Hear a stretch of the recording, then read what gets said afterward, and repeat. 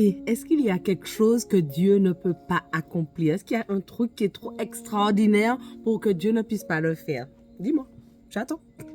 Non, il est le Dieu de l'impossible. Et aujourd'hui, dans le défi lecture de la Bible de l'aurore au crépuscule, non seulement on va le lire, mais en plus aujourd'hui, ça fait 1 an qu'on a commencé le défi. C'est pour ça, 1 an, anniversaire, il faut se mettre... tu comprends? Voilà. Mais en tout cas, franchement, je suis heureuse. Je bénis Dieu pour ce défi, pour tous ceux qui sont là avec moi. J'ai préparé une petite vidéo là que je vais poster mardi, le 1er août. Le défi, si tu sais pas c'est quoi, c'est qu'on lit la Bible de la Genèse à l'Apocalypse, 10 minutes tous les jours. Si tu veux, tu peux nous rejoindre. Là, on est dans Jérémie. Il y a encore le Nouveau Testament qui va arriver bientôt. Enfin, bientôt. Ça va arriver. En plus, je prépare un jeu concours. Je vais vous en dire plus bientôt, mais il faut être là parce que les cadeaux vont être au top. Donc, n'hésite pas à nous rejoindre. Merci Seigneur vraiment pour ces 1 an de lecture quotidienne. Merci pour toutes les promesses que tu nous as dites, que tu nous as rappelées. Merci pour ta présence. Merci parce que tu nous aides chaque jour à comprendre le passage du jour. Merci pour tous ceux à qui tu parles à travers ce défi. Aide-nous à arriver ensemble jusqu'à Apocalypse et permets-nous de comprendre le passage du jour. Au nom de Jésus. Amen. Wouh! Excuse-moi, je suis contente. Donc, Jérémie 32, dans Jérémie 32. L'Éternel adressa la parole à Jérémie la 10e année du règne de Sédécias, roi de Juda, qui correspond à la 18e année du règne de Nabuchodonosor. C'était au moment où l'armée du roi de Babylone assiégeait Jérusalem et où le prophète Jérémie était enfermé dans la cour du corps de garde qui se trouve au palais du roi de Juda. Sédécias, roi de Juda, l'avait fait enfermer en lui reprochant « Pourquoi prophétises-tu de la sorte? Voici ce que déclare l'Éternel, je vais livrer cette ville au roi de Babylone qui s'en emparera. Et Sédécias, roi de Juda, n'échappera pas aux Chaldéens, mais il sera livré au roi de Babylone à qui il parlera directement et qu'il verra face à face. Sédécias sera emmené à Babylone où il restera jusqu'à ce que je m'occupe de lui. L'Éternel le déclare, si vous combattez les Chaldéens, vous n'arriverez à rien. » Jérémie dit, l'Éternel m'a adressé la parole en ces termes. Anaméel, le fils de ton oncle Shaloum, va venir te voir pour te proposer d'acheter son champ situé à Anathoth, car en vertu du droit de rachat, c'est à toi de l'acquérir.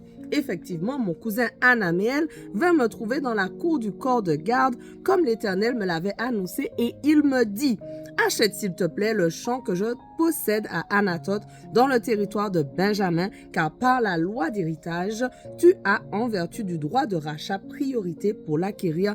Achète-le donc pour toi.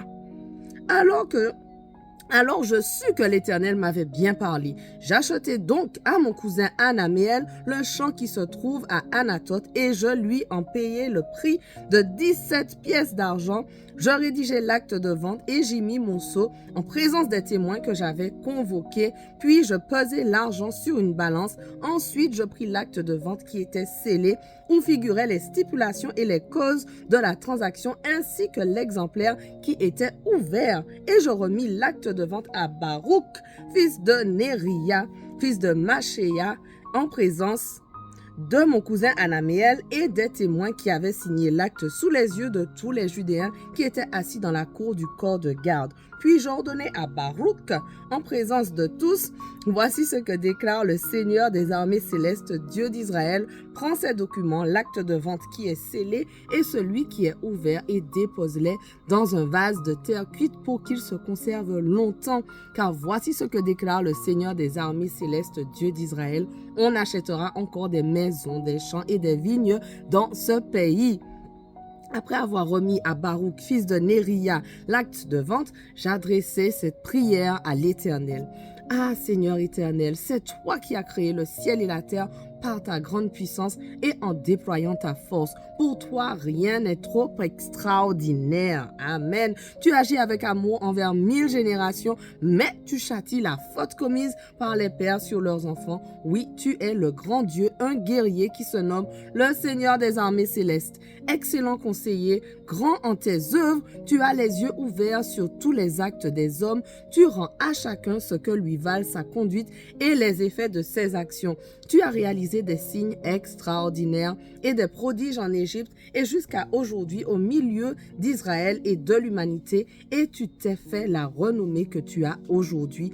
Toi, tu as fait sortir d'Égypte ton peuple Israël par des signes extraordinaires et des prodiges et en déployant ta puissance en semant la terreur, et tu leur as donné ce pays où ruisselle le lait et le miel que tu avais promis à leurs ancêtres par serment.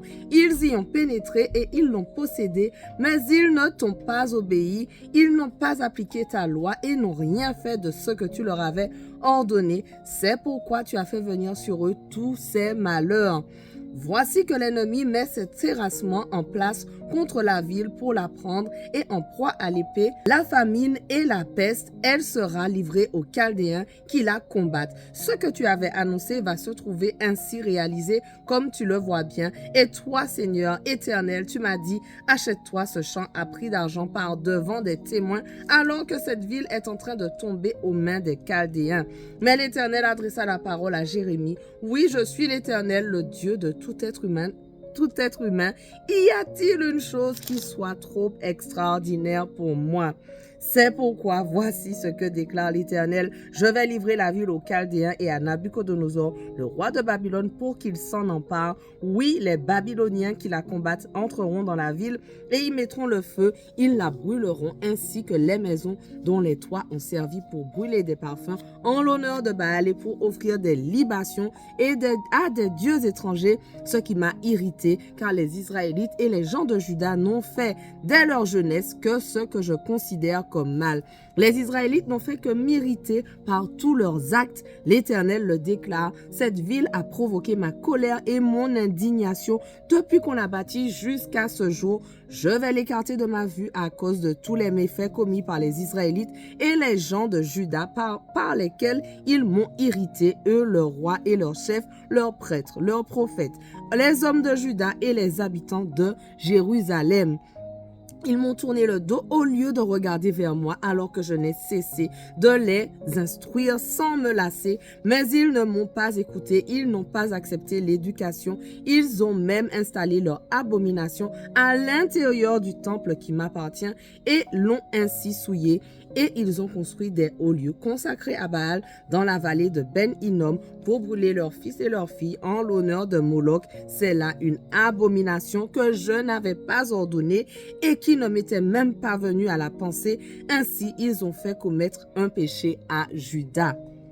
C'est pourquoi maintenant, voici ce que déclare l'Éternel, Dieu d'Israël, à cette ville que vous dites livrée au roi de Babylone par l'épée, par la famine et par la peste. Je vais les rassembler de toutes les contrées où je les aurai dispersés dans mon indignation, dans ma colère et dans mon grand courroux. Je les ramènerai ici pour les y faire vivre dans la sécurité. Ils seront mon peuple et je serai leur Dieu. Je leur accorderai un cœur et une conduite qui me seront entièrement dévoués, afin qu'ils me révèrent toute leur vie durant, et cela pour leur bien et pour celui de leurs enfants après eux. Je conclurai avec eux une alliance éternelle par laquelle je ne les délaisserai pas, mais leur ferai du bien. Je les amènerai à me révérer de tout leur cœur pour qu'ils ne se détournent plus de moi. Je trouverai ma joie à leur faire du bien. Je les planterai ici dans ce pays. Oui, je le ferai de tout mon cœur et de toute mon âme.